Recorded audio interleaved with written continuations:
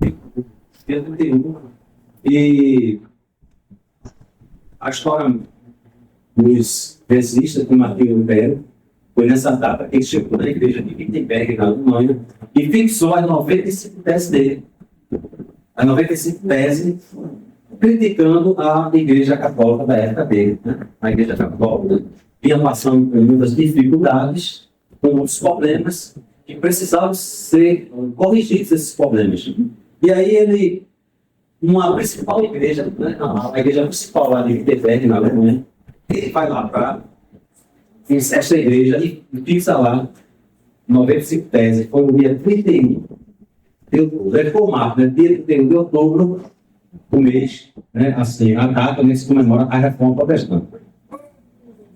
Martinho Lutero ele não queria sair da igreja católica, né? Ele não tinha esse pensamento. Ele não queria abandonar, né, a igreja. Ele queria que a igreja deixasse, abandonasse ou corrigisse algumas doutrinas que ele entendia que não fazia parte daquilo que os apóstolos deixavam para que a igreja seguisse. Então a gente fez aí, né, colocamos aí nas redes sociais, vamos passar esse mês. Eu vou estar trazendo, nos 2 domingos vai estar sobre a minha responsabilidade, trazer mensagem. Eu vou estar falando hoje sobre a só escritura, não é somente a escritura.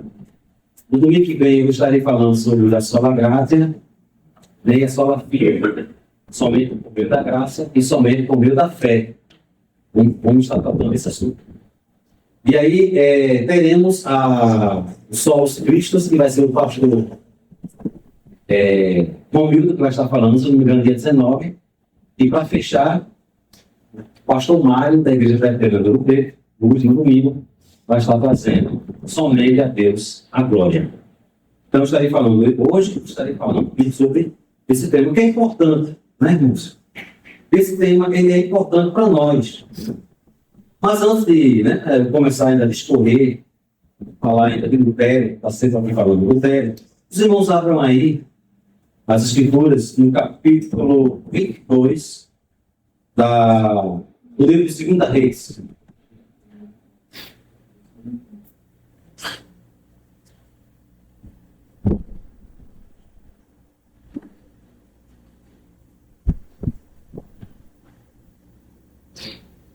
O livro de 2 Reis, capítulo 22, nós vamos ler. Veja, vamos ler do versículo 1 ao versículo 13. Aí vamos pular o capítulo 23, vamos ler do versículo 1 ao versículo 7 e fechamos no versículo 10. Então diz assim, capítulo 22, 2 Reis. Tinha Josias 8 anos de idade quando começou a reinar. Reinou 31 anos em Jerusalém. Sua mãe se chamava... O negócio é passando aqui, irmão. Gedida, né? E era filha de Adaías e Boscate. Fez ele o que era reto perante o Senhor. Andou em todo o caminho de Davi, seu pai. E não se desviou nem para a direita nem para a esquerda. Aí vamos para o versículo 8. Então disse o sumo sacerdote Ilquias, aqui, né, já se passou anos, Josias, ele começa a reinar criança, e aqui ele já está adulto. Ilquias, que é o sacerdote, né, Ilquias, ele fala para os irmãos Zafã, achei o livro da lei na casa do Senhor. Ilquias entregou o livro a Zafã, e este o leu. Então os irmãos Zafã veio ter com o rei, e lhe deu um relatório, dizendo: teus servos contaram o dinheiro que se achou na casa e entregaram nas mãos que se dirigem à obra. E tem seu carro, a casa do Senhor. Relatou mais os escrivãos a Zafã ao rei, dizendo: o sacerdote Ilquias me entregou o livro. E Zafã leu diante do rei. Tendo o rei ouvido as palavras do livro da lei, rasgou as suas vestes. Ordenou o rei a Ilquias, o sacerdote, a Aicão, filho de Zafã, e a Aquibol, filho de Micaías, a Zafã, escrivão, e a Asaías, servo do rei, dizer: ide consultar o Senhor por mim, pelo povo e por todo Judá, acerca das palavras deste livro, que se achou que se achou. Porque grande é o furor do Senhor que se acendeu contra nós, porquanto nossos pais não deram vivos às palavras que escrevi, para fazerem segundo tudo quanto de nós está escrito. Aí nós vamos dar um pulinho, pulando, né? Capítulo 23. Vamos ler até o versículo aqui. Então deu ordem o rei a todos os anciãos de Judá e de Jerusalém, se juntaram a ele. Veio subiu a casa do Senhor, e com ele todos os homens de Judá, todos os moradores de Jerusalém, os sacerdotes e profetas, todo o povo, desde o menor até o maior, e leu diante deles todas as palavras do livro da aliança que foram encontradas na casa do Senhor. Aí, versículo 4. Então o rei ordenou ao sumo sacerdote Hilquias e aos sacerdotes da segunda ordem e aos guardas da porta que tirassem do templo do Senhor todos os tecidos que se tinham feito para Baal e para o poste ídolo, e para todo o exército dos céus, e os queimou fora de Jerusalém, no campo de Cedron, e levou as cinzas deles para Betel. Também destituiu os sacerdotes que os reis de Judá estabeleceram para cessarem sobre os altos nas cidades de Judá e ao redor de Jerusalém, e como também os que incessavam Baal, ao sol e à lua e as mais planetas e a todos os exércitos dos céus. Também tirou da casa do Senhor os postes ídolos que levou para fora de Jerusalém, até o vale de Cedron, no qual queimou, e os reduziu ao pó que lançou sobre a sepultura do povo. Também derribou as casas da prostituição ritual que estavam na casa do Senhor, onde as mulheres teciam tenda para o poste. Desde o versículo 20, irmãos, e matou todos os sacerdotes dos altos da casa que havia ali, sobre os altares, e queimou todos os humanos sobre eles, todos os ossos humanos sobre eles. Depois voltou para Jerusalém. Com esses textos aqui, vamos fazer uma oração. Os irmãos me desculpem a leitura minha. Eu estou vendo tudo embaçado. O negócio está ficando sério. Mas como assim com esse texto, aí seguindo aqui o que é, né? Então vamos orar neste momento. Senhor, eu te agradeço por mais esta bênção de estarmos aqui, reunidos em culto, para enaltecer o teu nome, a tua pessoa, ouvir a tua palavra. Seja nesse momento da pregação, Senhor, fala aos teus filhos queridos, aos teus filhos amados, aqueles que o Senhor comprou com o sangue do teu Filho Jesus Cristo, aqueles a quem aprova o Senhor fazer Deus da vida eterna. Ó Deus, seja com este mês, após estaremos aqui tratando das doutrinas que foram, ó Deus, faladas no momento da reforma protestante. Nos abençoe cada vez mais, em nome de Jesus. Amém. Queridos, a reforma protestante não parou. Não ficou lá parado há 500 anos atrás.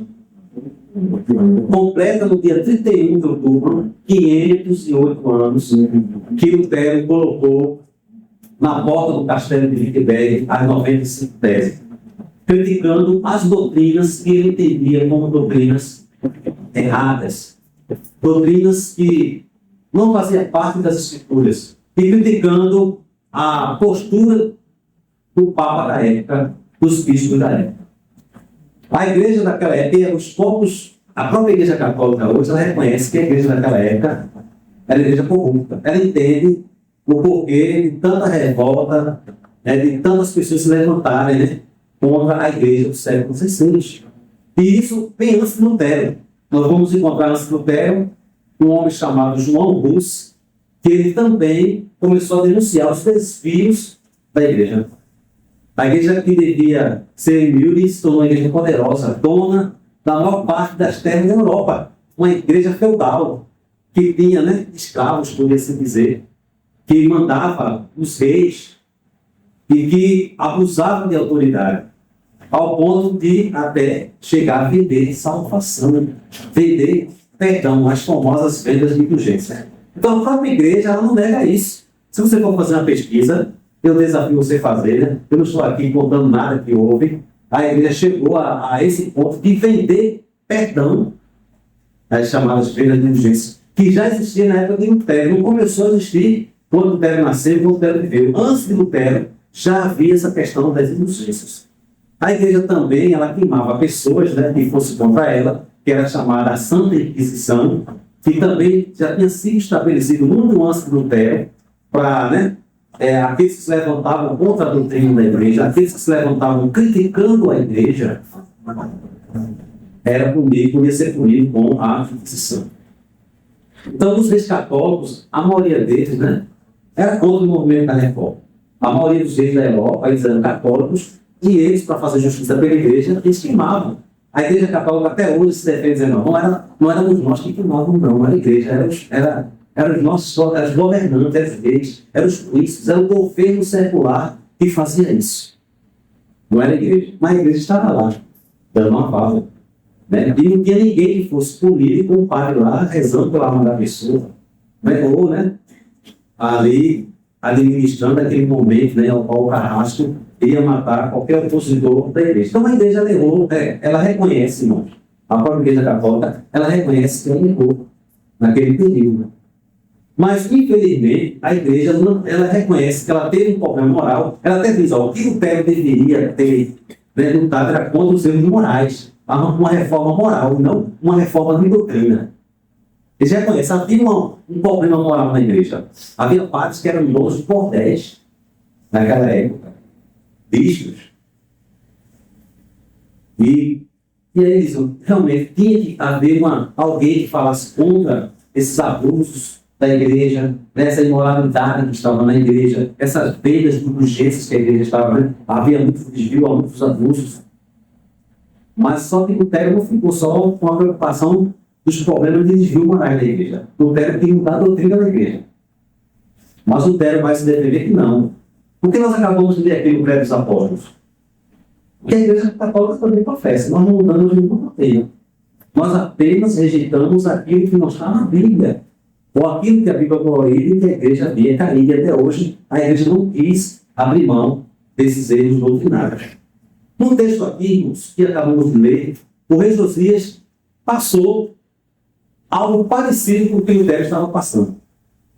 O rei Josias foi um rei bom, porque em Judá e em Israel, os reis que estavam se levantando eram tudo reis que eram contra a lei de Deus, que queriam fazer sua própria vontade. E Josias não, foi um rei diferenciado. Ele viu, né, que os pais dele haviam errado, tinham apostatado. Imagina, na casa de Deus estava cheio de imagens de deuses. Israel estava cultuando não só a Deus, Jeová, Deus único, mas estavam cultuando outros deuses, a Baal, a rainha dos céus, né? Existia essa deusa lá chamada a rainha dos céus, que eles queimavam incenso, Dagon. Estavam sacrificando até crianças para esses deuses. Os sacerdotes, eles não estavam mais pregando a palavra de Deus, recebiam até propina, recebiam até dinheiro. Reis que estavam numa vida assim, pecaminosa, havia reis que estavam em adultério, mandavam matar injustamente. E os sacerdotes rezavam, oravam por essas pessoas, como se nada estivesse acontecendo, recebiam o sacrifício delas, sacrificavam por elas, elas erradas, sem arrependimento. E a palavra de Deus estava sendo esquecida, irmãos, nesse período aqui. Não estava mais fazendo leitura da palavra de Deus. E aqui nós acabamos de ler, irmãos, no capítulo 22, que o sacerdote Ilquias, ele encontra o livro da lei. E começa a ler, ele leva para Josias, Josias assume o poder num momento crítico de apostasia. Imagina, você assumir, né? É como se eu assumisse o pastorado aqui, os irmãos com idolatria, os irmãos sem conhecerem mais a Bíblia, cada um fazendo a sua vontade, e eu assumi o pastorado num período caótico. E ele assumiu a autoridade, o reinado, no período caótico de apostasia. E aí, Ilquias, o sacerdote, começa a ler o livro da lei. Qual é o livro da lei aqui? O Pentateuco, a Torá. E diz que Josias começa a chorar. Ele rasga as vestes dele. E começa a chorar porque ele merecia a situação deplorável em que o povo havia caído. O povo havia se afastado da lei do Senhor. O povo havia abandonado a Deus, quebrado a aliança do Senhor. E ele rasga as vestes, irmãos, e chora. E o sacerdote Ilquias, né, tem também o escrivão. Eles começam a ler e eles chamam o povo para fazer essa leitura, mostrando a situação que o povo tinha chegado deplorável. O povo estava dividido, não estava adorando mais a Deus único. O povo não estava mais se importando com a doutrina de Deus. Havia um pacto que Israel tinha com Deus, de adorar a Deus, não. Mas eles estavam se constituindo com outros deuses. O que é que Josias faz? Ele reúne o povo e faz a leitura da lei. E aí ele ordena para que todas aquelas estátuas e imagens que estavam espalhadas no país fossem quebradas, destruídas. Aí começa um trabalho de destruição, e aqui o trabalho de reforma. Né? Um trabalho de reforma. Ele começa a destruir todos os deuses, estátuas, né, de Baal, e Deus que se encontrasse fazendo esse trabalho, preocupado, querendo agradar a Deus, buscando o perdão de Deus, que o povo tinha caído, pecado grave. O que é que diz o primeiro mandamento, irmãos? Não terás outros deuses diante de mim. E aí, Israel e Judá, nessa época do jeito, né? Havia caído nesse pecado de buscar outros deuses, de adorar outros deuses. E aí Josias era um homem de Deus. Era um homem convertido. Quando ele via só no poder, ele viu logo. Tinha que mudar aquela situação. Não poderíamos ficar na situação de idolatria. Nós somos um povo diferente. Nós somos povo da aliança, o Deus que encontrou o Deus verdadeiro, o Deus que falou com Abraão, o Deus que apareceu a Moisés na sarça, o Deus que deu os mandamentos a Moisés e a Horebe no Monte Sinai. O que é que ele está fazendo? Estamos adorando outros deuses. Por que nós chegamos a essa situação? E aí saiu quebrando o mundo. Tudo que era imagem, veja, Israel estava... tudo que era lugar de Israel, de Judá, havia imagem desses falsos. E ele não só faz isso, irmãos. Ele destitui os sacerdotes idólatras. Que havia sacerdotes idólatras que estavam ali servindo a Baal em Israel. Ele não só destitui esses homens, esses cargos de sacerdotes de Israel, que o povo judeu ia buscar, consultar, como ele manda matar esses homens. Ele manda matar. Porque esses homens estavam fazendo um grande mal. Porque para você chegar aí, irmãos, tem que ter um profeta para o vigiar. Tem que ter um pregador falso para levar para o engano. As pessoas não caem no engano sozinhas, muitas vezes, né? Assim do nada. Por isso que você tem que ter cuidado com quem você anda ouvindo, né? Na internet, hoje. Mas a gente tem uma internet pela edição. Né? Você tem que ter cuidado de selecionar o pregador que você vai ouvir. Porque eu posso dizer que hoje são poucos, né? Em comparação a tantos pregadores que tem. São muitos pregadores evangélicos. Você liga a televisão, vai na internet. Mas a maioria deles, meus irmãos, não estão comprometidos com a sã doutrina. Não estão comprometidos. E aí, nós nos vemos hoje voltando aos mesmos ou erro parecido àqueles erros que Israel havia caído naqueles dias. E aí Josias, meus irmãos, ele vê o valor das Escrituras. As Escrituras é a palavra de Deus. Nós temos que segui-la. Nós temos que obedecê-la. E nós nos desviamos da palavra de Deus. Tema de hoje, somente a Escritura. Deixamos de ouvir a voz de Deus nas Escrituras, na lei. Deixamos de ouvir a lei de Deus para ouvir a lei, para ouvir a voz de falsos profetas, de falsos sacerdotes. Nos desviamos. E aí ele começa a fazer o trabalho de reforma dele. Ele restaura o culto ao Senhor e a leitura da palavra. E chama o povo a ouvir a palavra de Deus. Como ela foi, né, escrita. Ouvir naquilo que ela exige. Pois Deus diz lá em Deuteronômio: tudo que eu te ordenei farás. Nada acrescentarás e nada diminuirás no livro desta palavra, desta lei. Então, meus irmãos, a reforma protestante do século XVI faz a mesma coisa que Josias. A volta à palavra de Deus. Josias, ele rasga as vestes, né? Ele, assim, de tristeza diante daquela situação. Nós pecamos contra Deus porque abandonamos a palavra. A palavra de Deus tem posta de mão. Então, talvez você não tenha perdido a palavra de Deus assim, como a situação aqui estava, né, terrível. Veja, acharam a palavra de Deus, é porque eu estava lendo a palavra de Deus, eu estava tendo mais, fazendo questão por ela.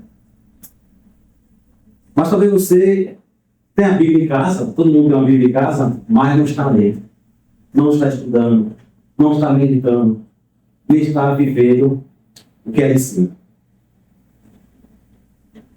Na época de Josias era difícil ter uma Bíblia, ninguém tinha Bíblia como nós temos, né? Porque não tinha impressão, era um rolo, era caro para adquirir um livro, não era todo mundo pequeno. Mas o que os sacerdotes da idolatria fizeram? Jogaram fora o livro, enterraram o livro de Deus, e provavelmente estava com os ensinamentos deles, né, de idolatria. E vocês, meus irmãos, podem estar negligenciando a palavra de Deus, em casa mesmo. Tem crente que só pega na Bíblia para trazer para a igreja. E só lê na liturgia, né? O presbítero abre lá no turno, aí ele abre também. O pastor na hora da pregação abre, ele abre também. Mas ele não tem o hábito de meditar nessa palavra, né? Está lendo sempre essa palavra. E nós devemos nos preocupar com o que a palavra de Deus nos diz hoje. Temos que ter essa preocupação e resgatar essa nossa herança de voltarmos à palavra de Deus. Por quê? Porque na época de Lutero, a igreja, ela não só via só a palavra de Deus como importante. A igreja católica, ela crê na Bíblia. Ela não rejeitou a Bíblia, mas ela não tem a Bíblia como a única base de doutrina. A igreja católica não tem. Ela tem esse problema. E isso Lutero começou a perceber. Porque existe doutrina na igreja católica que não está na Bíblia. Aí, quando você quer defender uma coisa que não está na Bíblia, como é que você vai defender, né? Aquele ensinamento que você aprendeu, veio da onde? Quem disse? Quem ensinou?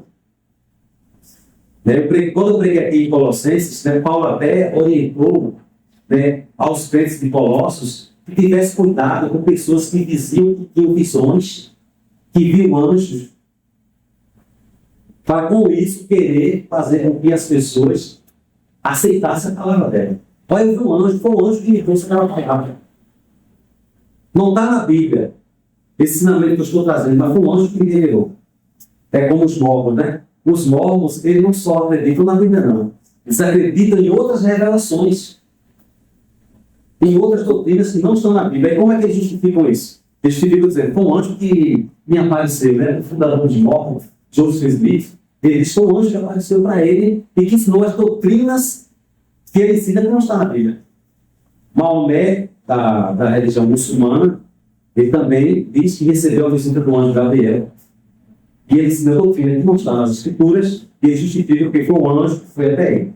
E a igreja católica, ela faz coisas parecidas, né? Ela diz, onde está na Bíblia, por exemplo, a doutrina do purgatório? Não é? Existe um padre que é até famoso nas redes sociais, na internet, padre Paulo Ricardo, ele até diz assim, eu até sigo ele diz assim, tem umas coisas interessantes que ele diz, principalmente quando é na área de política, combate ao comunismo, às questões das doutrinas comunistas, diz assim, olha, não estuda com o protestante, porque o protestante vai para a Bíblia. E realmente na Bíblia a gente vai ter ele é assim. Mas é o seguinte, nós não acreditamos que somente a Bíblia é a fonte da verdade. Para ele tem como autoridade a tradição, que são ensinamentos que passam de boca em boca. Não está na Bíblia. Ensinamentos que não foram para a Bíblia, mas que foram passando de boca em boca até chegar aos nossos dias. Por exemplo, não está na Bíblia que existe um local intermediário quando a pessoa morre, um purgatório. Daqui para nós, mas não, a Bíblia ensina que só existe dois lugares quando a pessoa morre. Ou ela vai quando morrer para o céu, ou para o inferno. Não tem outro lugar. Chamado purgatório, que é para você, aqueles que morreram com pecadinhos, tem pecados veniais, essas pessoas vão para esse lugar se purificar lá, porque elas morreram, elas não satisfazem a Deus completamente, e aí ela vai para esse lugar se purificar lá. O sangue de Cristo não é suficiente para purgar os pecados dela. Ela precisa desse povo do purgatório. E aí isso não tem na Bíblia, ele fala, não tem.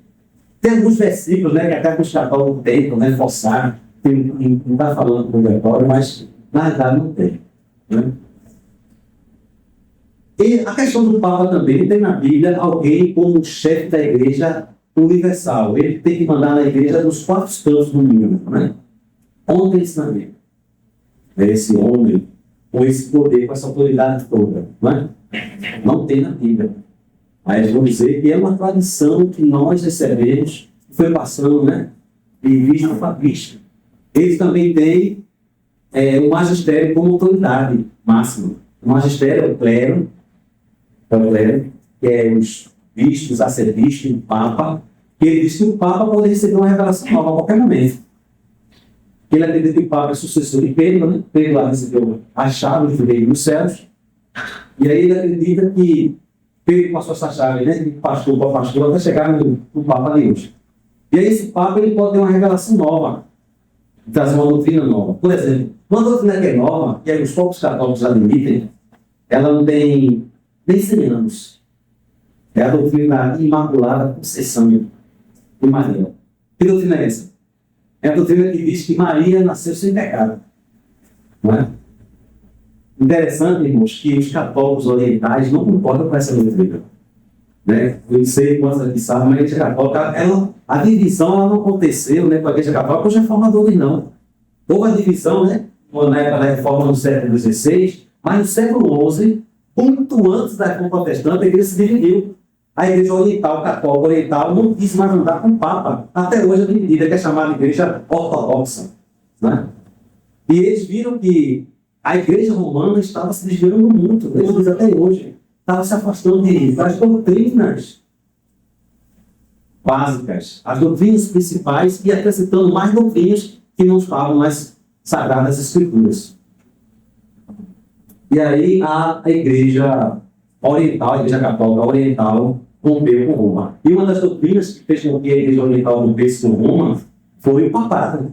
Quer dizer, a Bíblia não tem lugar para um homem se colocar como representante vicário de Cristo para mandar na igreja. As igrejas têm que ser independentes. Cada local tem o seu Cristo. Independente. E não um único pastor. Então isso aí não foi apenas do Lutero, mas Lutero foi um único rebelde e quis se levantar contra a igreja ocidental. Não.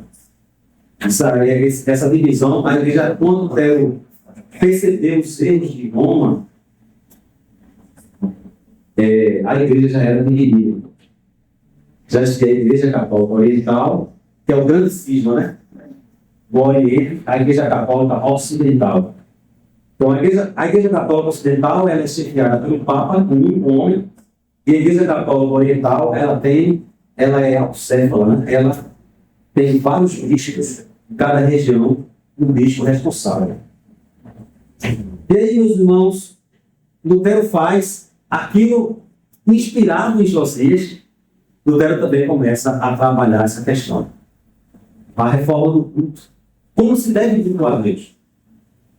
Porque nós aprendemos na reforma que Deus é quem estabelece a forma que ele quer ser adorado. Deus não deve ser adorado de acordo com a nossa imaginação, está lá na nossa confissão de fé, né? Deus deve ser adorado conforme as nossas ideias. Deus, ele deve ser adorado conforme ele estabelece na sua palavra. Então, para nós, somente a Bíblia. Somente as Escrituras devem moldar a nossa vida. Somente as Escrituras devem ser o nosso guia espiritual. E aí é o que o crente protestante sempre repete, né? A Bíblia é a única regra de fé e prática. Por quê? Porque ela é a palavra de Deus legítima. É a palavra de Deus escrita, revelada para nós.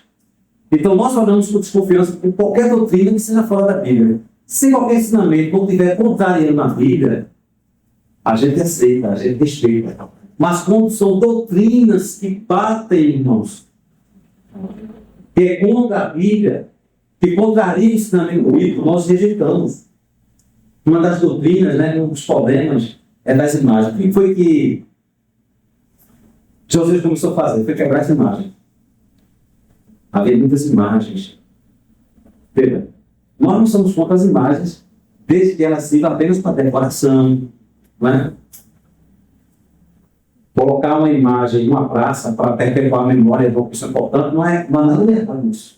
Você colocar um quadro em casa, um quadro religioso com versículos bíblicos, né? Ou até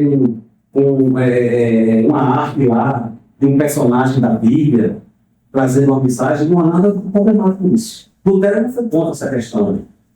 Porque existem alguns evangélicos radicais que acham que quando a Bíblia diz não farás para ti o segundo mandamento, imagem de escultura, né? Não as adorarás, né? E não as servirás, e não lhe prestarás culto. Aí tem alguns evangélicos radicais que acham que está se proibindo você ter qualquer imagem em casa, né? Até o menino tem um brinquedo, é uma idolatria, já vi vezes assim, né? O menino, uma criança, comprar um boneco lá dos super-heróis, lá que seja, né? Aquele idolatria. Não, isso. Mas, erro nenhum você tem em casa uma imagem de um animal para decorar, né? Você quer decorar lá no jardim, coloca lá, né? Uma imagem do bicho dentro de casa, uma forma se você gosta.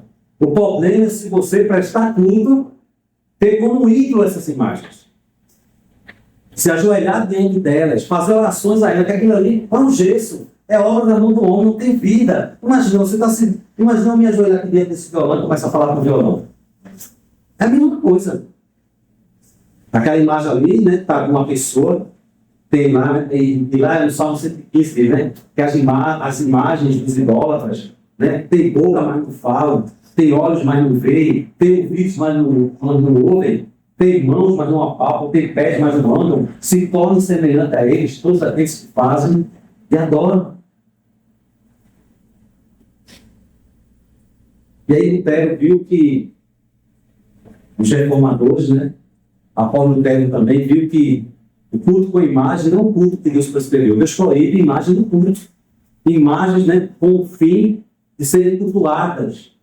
Diz lá a Bíblia, não as adorarás e não prestarás culto. Não servirás as imagens. Tem gente que serve as imagens. Carrega as imagens nas costas, né, na cabeça, fazem foto da imagem. E isso a Bíblia proíbe claramente. Aí como é que os católicos hoje se saem disso aí? Pois é, olha. Que se sai assim, a Bíblia proíbe adorar a imagem de deuses falsos, não de Maria, de José, porque José é um santo cristão, Pedro é um santo cristão. Então, os santos que são cristãos, aqueles santos cristãos que foram exemplo para nós, não há problema nenhum a gente fazer imagem, né, de Jerônimo, imagem, né, de Santo Antônio, porque eles são exemplo de vida, exemplo de piedade. Então, não é idolatria.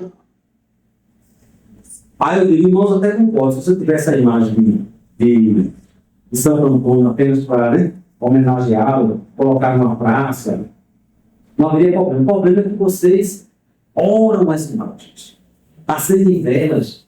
Eu acho que vocês também já presenciaram isso, né? Eu já vi várias vezes ali na Dantas Barreto, aquela igreja que fica ali na Dantas Barreto, na Dantas Barreto, uma igreja católica lá, e tem uma salinha, tem uma imagem, não sei que santo é aquele ali, cheia de velas, pessoas se ajoelham e acendem a vela lá, e fica lá para a imagem, começando para aquela imagem.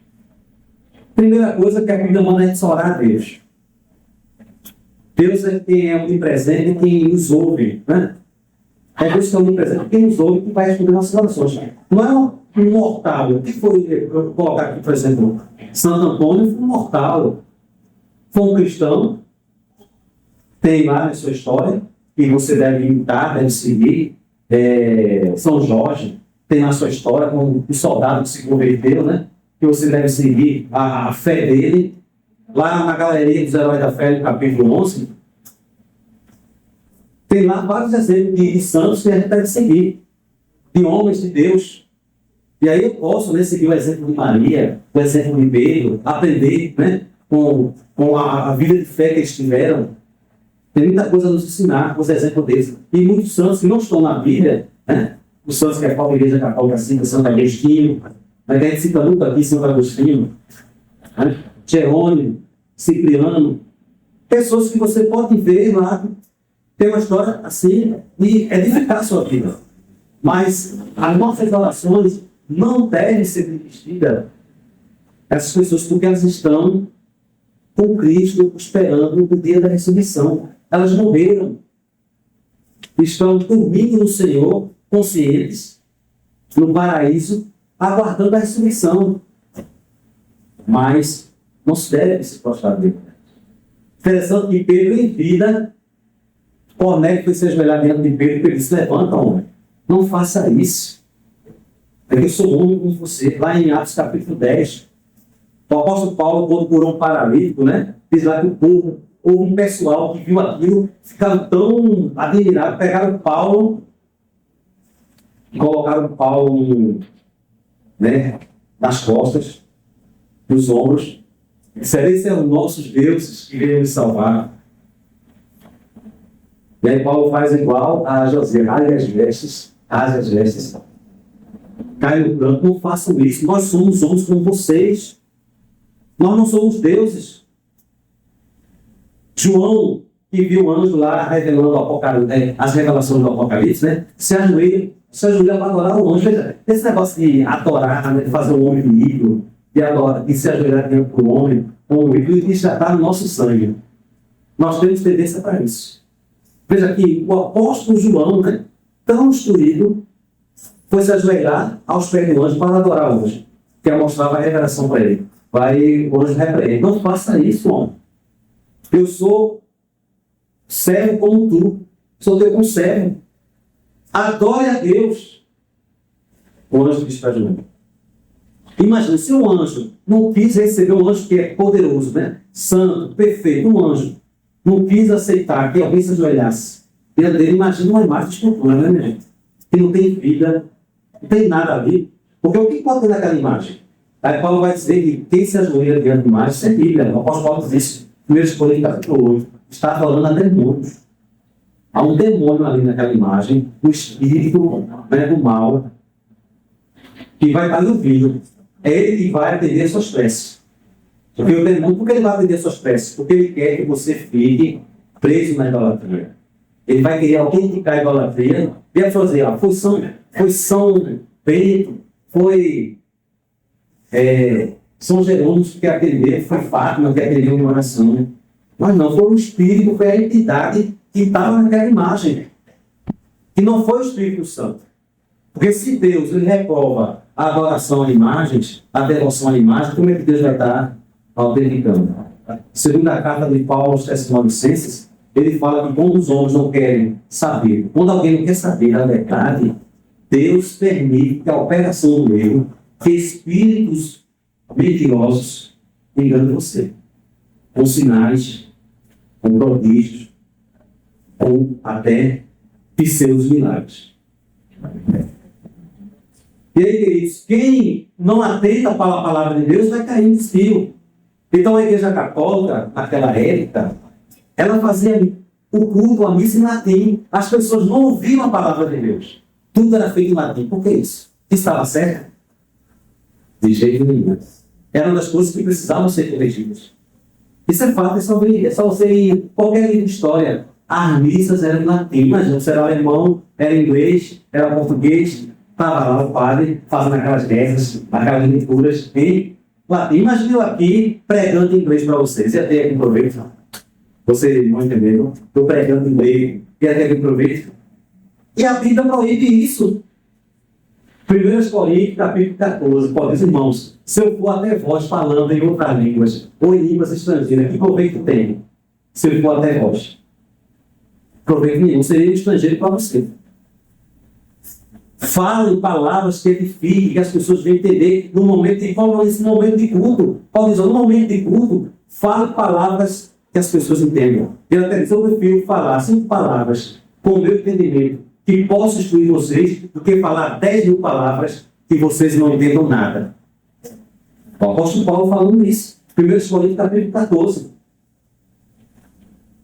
Não é só a Igreja Católica. Hoje a Igreja Católica não faz mais missa em latim, né? Não sei, alguns outros lugares aí, dependendo da versão, eles reconheceram que isso aí foi bom. Mas naquela época, porque se pregassem a palavra para as pessoas, elas iam abrir os olhos para a medida que eles estavam pregando. Então, tinha que pregar em latim para que ninguém entendesse, nem crescesse. E botar a Bíblia na mão do povo era o bispo.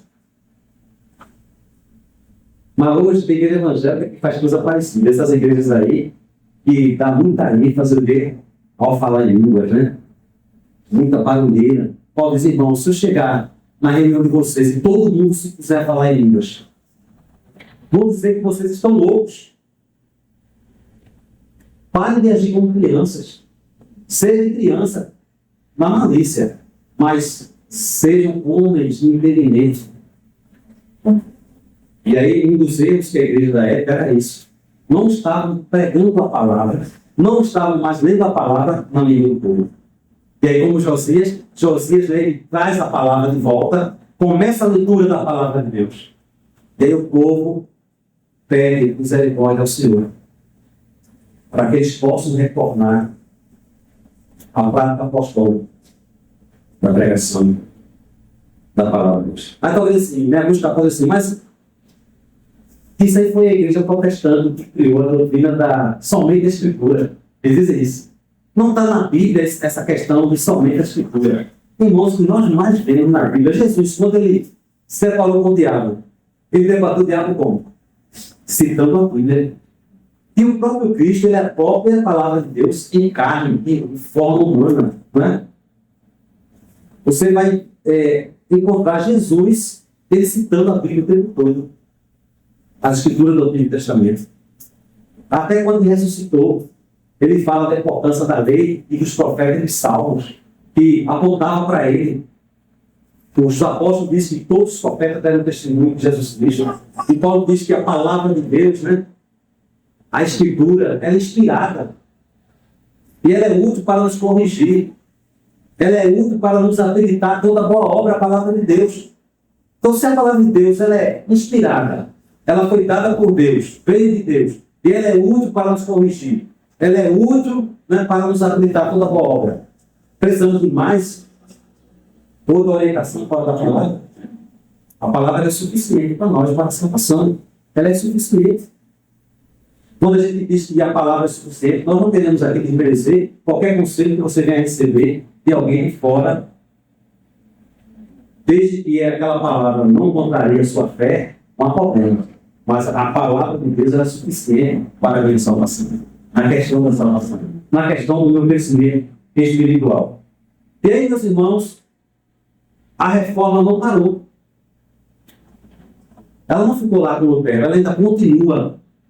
Hoje nós não combatemos tanto a Igreja Católica. Né? O problema naqueles dias da Lutero foi a Igreja Católica. Mas qual o problema? Hoje não. Hoje nós vemos coisas piores. Pode dizer assim, o que é aquele contexto da Igreja Católica? Nós vemos coisas piores. Existe um lema em latim que foi citado, né? É citado por Gilbertus Poetius, que é um holandês, um teólogo holandês, que é assim: Ecclesia reformata sempre reformanda est. Eu vou ler de novo aqui, né? Ele falando muita língua, né? Os irmãos, né? Ecclesia reformata sempre reformanda est. Eu não sei se eu estou fazendo a leitura correta. O que quer dizer aqui? A tradução é: a Igreja Reformada está sempre em reforma. A igreja reformada está sempre em reforma. O que ele quer dizer com isso? Não é um entendimento que a gente tem que aceitar coisa nova, não. É que a reforma não para. Ela está sempre em reforma. Nós não devemos parar. Devemos continuar com a palavra de Deus. Somente ela tem a verdade. A palavra de Deus é luz para o meu caminho. É lâmpada para os meus pés. É de quem ilumina o meu caminho. É a Bíblia, meus irmãos. A tradição, ela pode ter a sua importância. Nós temos a nossa tradição de coisa que não é da Bíblia. Né? Por exemplo, a minha forma de vestir aqui para pregar com o colarinho clerical. Isso aqui faz parte do regimento interno da nossa denominação, que dá, né, essa opção do pastor pregar ou com uma toga, ou com uma estola. Eu poderia aqui pregar com uma estola. Alguns pastores preterianos fazem isso, né? E eles colocam aqui tem outro nomezinho. Poderia colocar uma veste sacerdotal, mas faz parte do regimento interno. É uma tradição. Não está na Bíblia. Não tem essa obrigatoriedade. Né? Nós colocamos aqui a Santa Ceia, no meio, né? Podia ser no final. Mas isso aí não está na Bíblia dizendo. Né? A ordem do culto. Primeiro deve orar, fazer que tipo de oração?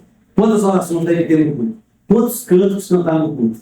Quantos minutos deve ser a pregação? Não tem isso na Bíblia. A Bíblia mostra que os cristãos, eles oravam, eles pregavam, eles liam a palavra, eles partiam o pão.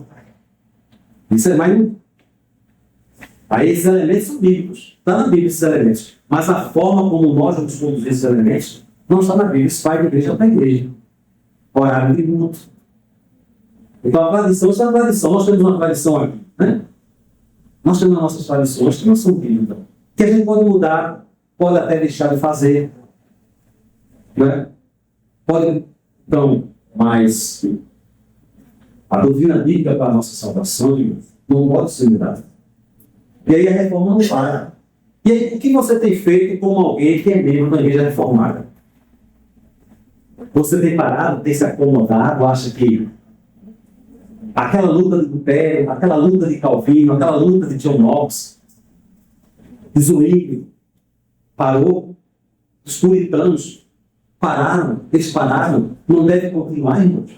Devemos nos acomodar, não devemos combater o erro, os erros que apareçam, não devemos ser os ecumênicos.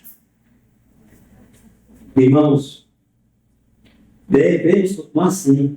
Nós não devemos ser apenas confessionais. Eu coloquei um texto lá no boletim de Michael Orton, ele fala lá que nós não devemos ser só confessionais, que é você subscrever toda a doutrina que está na nossa confissão de fé e catecismo. Que é a nossa doutrina que a gente tem que aceitar e praticar, como presbiteriano. Nós devemos ser confessantes. Não só dizer que acredita naquelas doutrinas que estão nas nossas confissões, mas defendê-las. Utilizá-las para combater o erro. E nós acreditamos que o que está nas nossas confissões é aquilo que está na palavra de Deus. E aí, meus irmãos, a reforma ainda continua contra os católicos romanos, que ainda mantém, né, a ideia de intermediários, que para nós é um só mediador, que a Bíblia diz em 2 Timóteo. Há um só mediador entre Deus e os homens. Quem é? Jesus Cristo, o homem. Então não é Maria. Maria não é mediador, como os católicos colocam, né? Ela faz, né, ponte entre Deus, entre Cristo e a humanidade. Há um só mediador. Jesus Cristo disse: eu sou o caminho, a verdade e a vida. Ninguém vê o Pai senão por Maria, senão por Pedro, senão pelo Papa, senão por Maomé, senão por Buda, senão por Confúcio. Não. Ninguém vê o Pai senão por mim. Então, a reforma ainda continua. Nós devemos combater a idolatria. Qualquer tipo de idolatria. 1 João capítulo 5, versículo 21. Filhinhos, fugir dos ídolos. O ídolo não é só da igreja católica, não é aqueles ídolos de gesso, de madeira, né? Às vezes um ídolo seu é o dinheiro. Tem pessoas que deixam de seguir a Deus por causa do dinheiro. É o mundo com a sua luxúria, com os seus prazeres. E as pessoas deixam de seguir a Deus por conta dos prazeres do mundo. O mundo se torna um Deus. Às vezes o Deus é a sua esposa, é o seu filho, passa a ser vida, um cantor, um músico. Aí filhinho, fugir dos filhos. Aí você está metendo pau no católico, se ajoelha diante de uma imagem, mas você é um idólatra também. A Bíblia diz que a avareza é um tipo de idolatria. Está na Bíblia. A avareza é idolatria. O amor ao dinheiro é idolatria. E aí você está sendo tão idólatra quanto alguém, né, que se ajoelha nos hindus lá, que tem o Deus Brahma, o Deus, né, guitarra. Tem aquela música de Raul Seixas, guitarra, né? Como é essa música? Aquele é um Deus, se você bem soubesse, aquele que está louvando, aquele é um Deus falso do hinduísmo, né? E como essa vez você pergunta, porque vocês estão calados, né? Aí eu sou a luz que ilumina, eu sou, né? Você sabe que é um monte de coisa, eu sou. Aí se você escutar, assim, o back vocal lá, que está só cantando por trás, tem a voz dele, ou não, a pessoa que canta por trás daquela voz, o back vocal está lá. O nome de Gui está sendo tocado, guitarra. Então, é uma adoração ao Deus guitarra, né? As pessoas não sabem, né? Que Raul Seixas, ele era meio misto, né? Era uma mistura. Raul Seixas era um pouco de católico, de filipina, de tudo ele misturava, né? Então, e aí, você que é um dinheiro, é tão idólatra quanto aquele que adora guitarra lá na Índia, né? Aquele Deus azul cheio de braço. E aí, a reforma contra a idolatria continua, irmãos. A idolatria não parou. Você tem que se manter puro, separar dessas coisas e combatê-las. Combater, né? A Igreja Católica, o impedimento, no Conselho de Trento, ela se reuniu, né? Para combater as doutrinas protestantes, as doutrinas da reforma. A Igreja Católica ela não aceitou as sugestões da reforma. E aí nós temos a necessidade de combater ainda. Não temos que dizer, embora o Papa João Paulo II, né, no catecismo da Igreja Católica, nos vê como irmãos, porque a Igreja Católica amaldiçoou os reformadores. Né? Nas decisões do Conselho de Trento, nós somos amaldiçoados pela Igreja Católica. Vários anátemas, né? Eles colocam lá contra a doutrina da justificação pela fé, contra a doutrina da sola escritura que nós estamos aqui falando hoje, né? Somente a Bíblia é que deve ser o nosso guia. Eles amaldiçoam essa doutrina. É só você pesquisar que está lá. A doutrina da salvação somente pela graça, por meio da fé, a sola fide e a sola graça, que nós vamos ver no livro que vem. Eles amaldiçoam essa doutrina. Mas só que o Papa João Paulo II, ele viu que o protestantismo cresceu muito, os evangélicos cresceram, e esses fechou um tudo para o inferno. Aí ele entendeu que não, ele disse, eles são nossos irmãos, só que são nossos irmãos separados. Né? Eles chamam de irmãos separados, e podem ser salvos, mesmo não estando em comunhão com a Sé Romana. Pode pesquisar aí, Catecismo da Igreja Católica, é só um entendimento, o artigo. Mas ele dá que nós somos salvos também, podemos ser salvos, e nós somos irmãos dos católicos. Né? Quando você vê um católico aí dizendo que os evangélicos não são nossos irmãos, eles vão para o inferno, são amaldiçoados, é porque ele está naquela radicalidade do Conselho de Trento. Mas o catecismo atual da Igreja Católica já é mais brando e já nos reconhece como irmãos. Né? E aí a reforma ainda continua, irmãos, contra os romanistas e também uma polêmica aqui, contra o arminianismo. Você sabe que o catecismo menor e maior extremista foi produzido, uma das finalidades.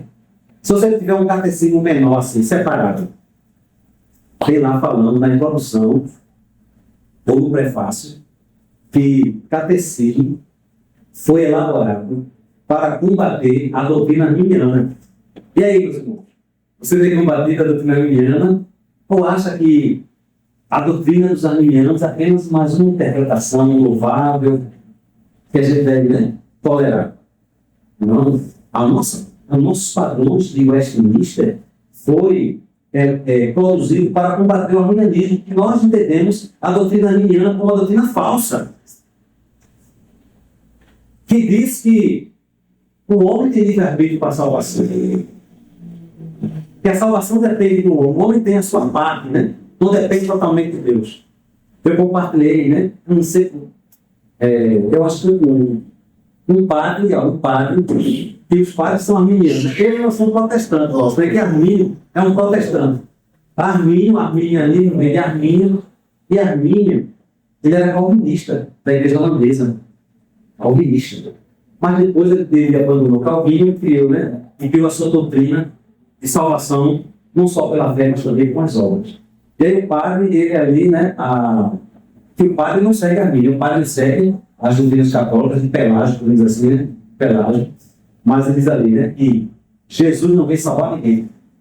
Ora, os irmãos estão pela no grupo da igreja para ninguém aqui dizer, o pastor está exagerando. Mas o padre falou, ele diz assim, Jesus não salva ninguém. Jesus, o padre, dizendo, Jesus, ele veio fazer o quê? Dar uma possibilidade para que você se salve. Como é que nós acreditamos aqui pela Bíblia? Que Jesus morreu na cruz, em meu lugar, pagou o meu pecado, e pela fé, nisto eu sou salvo já. Eu sou salvo por quê? Não pelas minhas obras, nem pelos meus méritos. Eu sou salvo pela obra de Cristo na cruz, é isso que a Bíblia ensina. A Igreja Católica, ela diz, não. Ela diz que Jesus morreu para dar uma chance. Mas você não está salvo. Você vai depender da caridade, dos seus esforços, da quantidade de missa que você frequentar. Vai depender disso. Você tem que fazer por onde para poder se salvar. Ninguém pode dizer que está salvo, não. Eles acham até que nós estamos sendo arrogantes, que somos salvos. Mas a Bíblia te diz que nós somos salvos em Cristo. Nenhuma condenação há para os cristãos em Cristo Jesus. Romanos capítulo 8. Então Jesus disse, quem crê em mim não entra em condenação, mas já passou da morte para a vida. Jesus disse, quem crê em mim tem a vida eterna. Pela graça serás salvo. Pela graça sois salvo. Por meio da fé. Diz, não vem de vós, não vem de vós, é dom de Deus. Tito 3,5. Não por obras de justiça praticadas por nós, mas segundo a sua misericórdia, ele nos salvou, mediante o lavar regenerador e renovador do Espírito Santo. Então a Bíblia diz que quem crê em Cristo já está salvo. Jesus, de fato, na cruz, ele garantiu a redenção para nós. Ele, com a única oferta do seu corpo, ele já nos garante a salvação. Então nós temos que combater o arminianismo quando vem pregando que você não pode ser que está salvo. Que você tem, algo a mais a fazer para poder permanecer salvo. Também nós temos que combater, não sei que vai ser duro aqui que eu vou dizer, talvez seja algo assim, não é uma, eu posso colocar aqui, não estou sendo presunçoso aqui, nem querendo ser certo, nem mais, mas é uma preocupação, nós que somos reformados, combater o pentecostalismo. O pentecostalismo prega muitas doutrinas equivocadas. Então, nesse trabalho de reforma hoje, não é só a Igreja Católica. É o arminianismo e o pentecostalismo. Com muitas doutrinas que não têm amparo nas Escrituras Sagradas. O pentecostalismo é arminiano. Pentecostais, ele tem uma doutrina distorcida do Espírito Santo. Eles dizem que nós que temos a doutrina distorcida do Espírito Santo. Nós aqui, alguns chegam a dizer que nós até colocamos o Espírito Santo no baú. Por quê? Porque nos nossos cursos nós não temos o hábito de falar em línguas aqui, Não há prática de falar em línguas, não há prática de profetizar. O pentecostalismo não vê a Bíblia como suficiente. Eles acreditam em novas revelações. E que Deus continua a dar revelações hoje. Que Deus fala para a pessoa de forma direta. Não apenas pelas Escrituras. E Calvino, ele dizia o seguinte, estava falando aqui de Calvino, o seguinte, aqueles que negligenciam as Escrituras e procuram novas revelações, transformam todos os princípios de piedade. Então o pentecostalismo tem essa questão mística, A Bíblia não é suficiente, eu tenho que ter uma experiência, eu tenho que ver anjos, eu tenho que ver Deus naquela barba branca dele, falando comigo. Eu tenho que... Então ele tem essa ideia de ter uma experiência mirabolante, tem que vir uma carruagem de fogo me buscar, como buscou Elias. Tem que flutuar, Tem aquela história de Eliseu, que um rapaz foi emprestado um martelo, e o martelo caiu no rio, que ele ficou desesperado. Aí, não fica desesperado, Deus vai tirar você dessa. Fiquei que pegar. O que acontece? O martelo, a marreta, subiu de volta. E o rapaz pegou.